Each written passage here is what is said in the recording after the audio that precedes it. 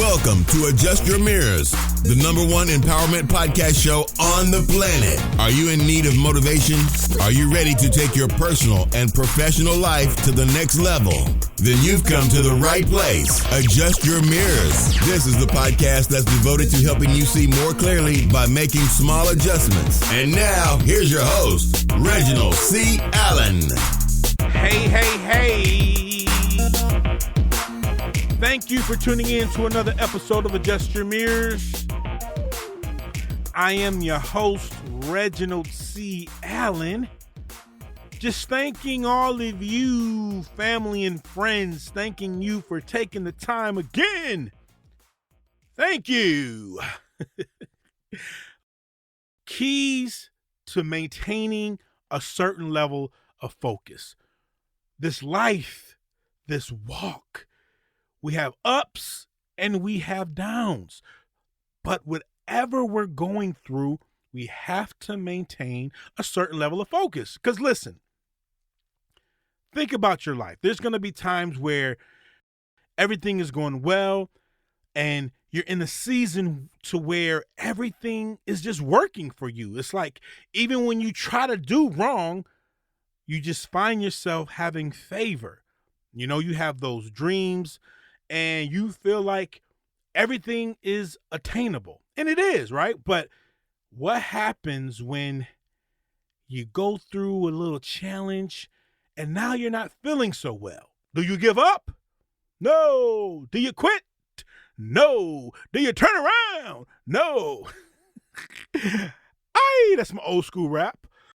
But anyway, listen, I want to help us because when we're going through those seasons where it doesn't feel very well, you know? I mean, it's like I'm at the lowest point of my life and nobody knows the trouble I've seen. No one understands what I'm going through.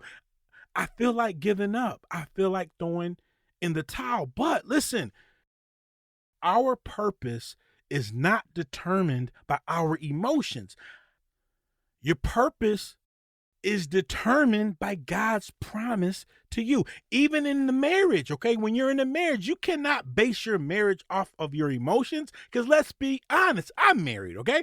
And sometimes I wake up and I look at my wife and I say, man, I love you, but that argument we had last night, I'm not feeling you right now. But does that mean I need to walk out of the marriage? No. I need to stand on God's promise. And family, when you're going through challenges, when you're going through life and it feels like nothing's working for you, understand your purpose is not determined by how you feel. It's always determined by God's promise to you. God's promised you these things. Might be a little tricky. You might have some situations to where you're not feeling very well. But hold on, family. So check this out. You have a purpose and you're getting a little weary, which a lot of us do. And sometimes we drift away. We drift, we leave, we get involved in other things that have nothing to do with our purpose. And why do we do that? Because we think that money is the answer. I want to help us, family. Don't allow money to distract you. Well, what do you mean? That's money. Money answereth all things, my friend. Listen, you're right, but understand that there's no amount of money that's worth compromising your purpose. Many of us, we want to become an entrepreneur. So, because that's our desire, because that's your desire, you need to understand that there's not going to be any job out there that's going to satisfy you. You might say, well, right now I'm making $50,000, I'm making $60,000. If I can only make $80,000, that's going to satisfy me. And then you go get that job and guess what? You're still empty inside because that money doesn't align with who you are. You're making the money, but does it align with your purpose? Does it align with your mission? Does it align with your passion? No, you're just making money. So don't allow money to distract you. You can't replace your purpose with a paper. Okay? And as I said earlier, you have a promise. So don't allow yourself to replace your purpose and your promise with the paper, with the dinero. No, stay focused. We allow money to distract us, and then we worry about stuff that we really can't control. Stop worrying about things that you can't control. For example, the what ifs. Think about all the what ifs in your life. What if I do this podcast and people don't like me? What if I create this program and people don't buy into the program? What if I try to get accepted into the program and I'm not smart enough? Don't allow the what ifs to paralyze you. I'm going to give you an example. So when I was looking for schools to get my master's degree, okay, let me be honest.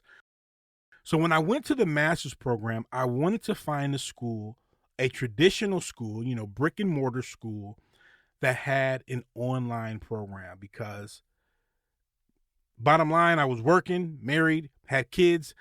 I need to be able to have the flexibility of going online. So I went to Gonzaga, and I don't even know if I should. Well, it's too late now. I've already said the name. I watch basketball.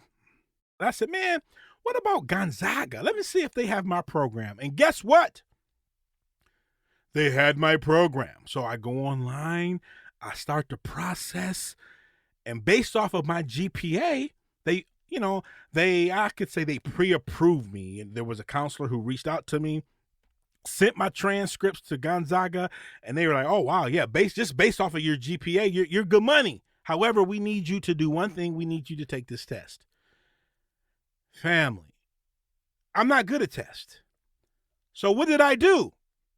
I allowed the what if to paralyze me. What if I don't pass the test?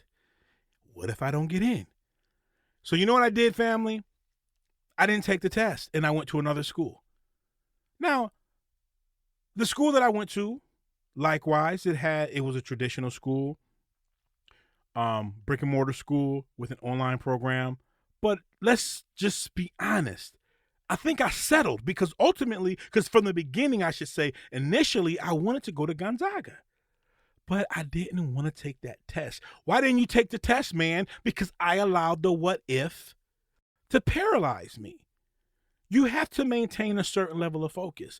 And when you start thinking about, well, what if this doesn't happen? What if this doesn't happen? Things that are out of your control, that's how you lose focus. Don't worry about the what ifs. Just do the work.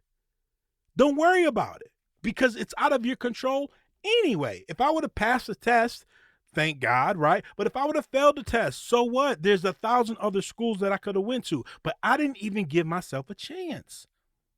Give yourself a chance. Give yourself a chance. Give yourself a chance. And this is going to be the last thing that I talk about, and I'm out of here.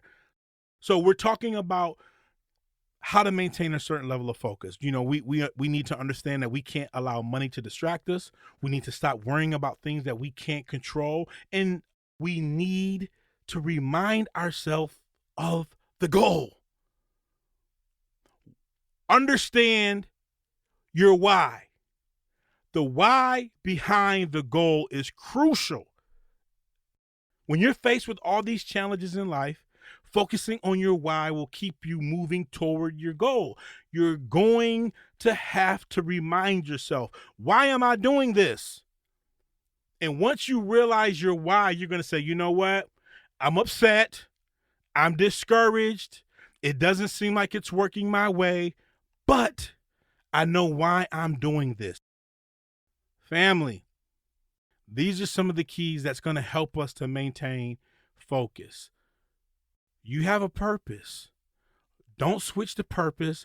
Don't switch the promise for the paper. Don't allow yourself to get distracted because people, they're dangling more money. Hey, come over here. I have this money for you. And as you take that money, it distracts you and takes you off of the course that God created for you to be on.